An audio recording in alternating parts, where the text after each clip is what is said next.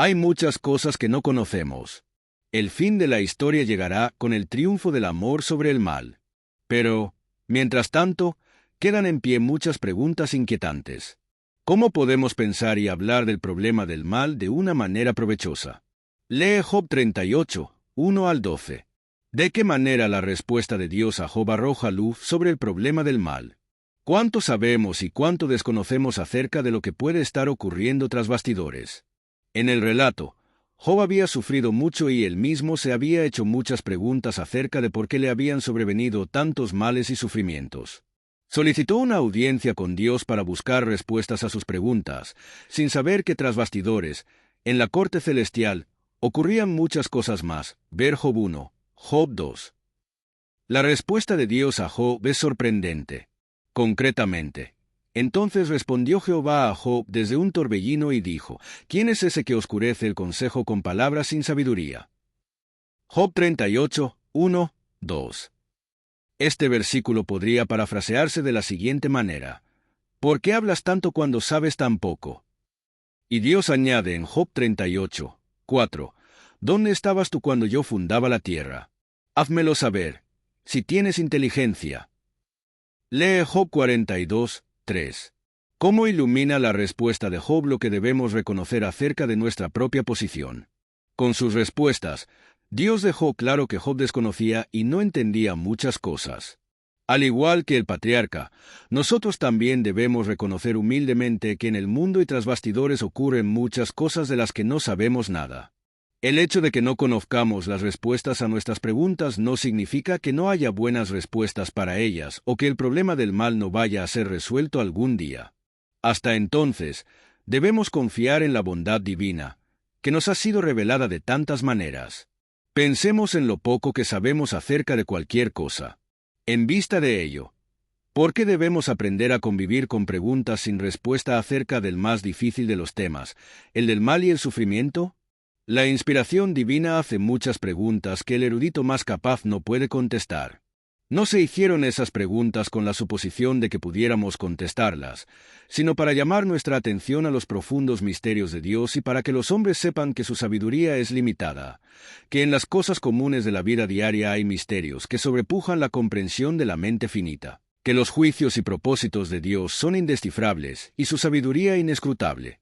Si acaso Dios se revela al hombre, lo hace oculto en la densa nube del misterio.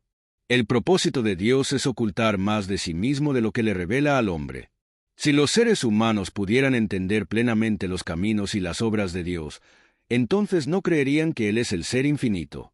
Él, en su sabiduría, en sus razones y propósitos, no puede ser comprendido por el hombre. Son inescrutables sus caminos. Romanos 11, 33. Su amor nunca puede ser explicado por los principios naturales. Si esto se pudiera hacer, no pensaríamos en que podemos confiarle los intereses de nuestra alma.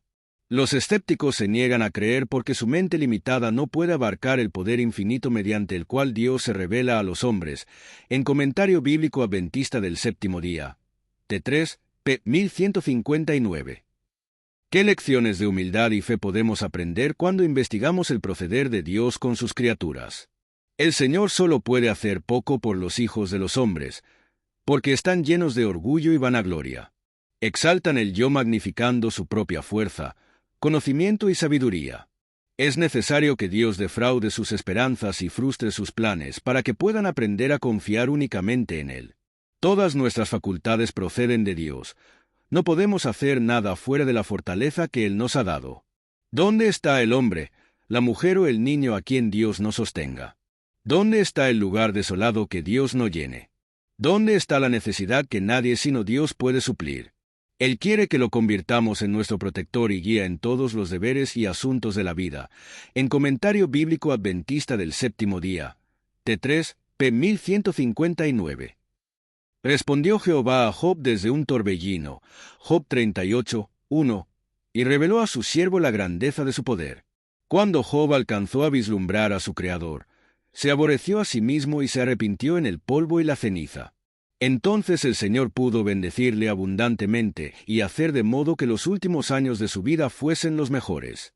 La esperanza y el valor son esenciales para dar a Dios un servicio perfecto. Son el fruto de la fe. El abatimiento es pecaminoso e irracional. Dios puede y quiere dar, más abundantemente, Hebreos 6 y 17, a sus siervos la fuerza que necesitan para las pruebas.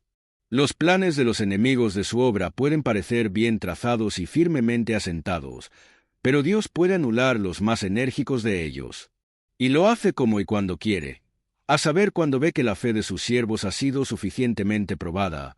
Profetas y Reyes, pp. 120, 121.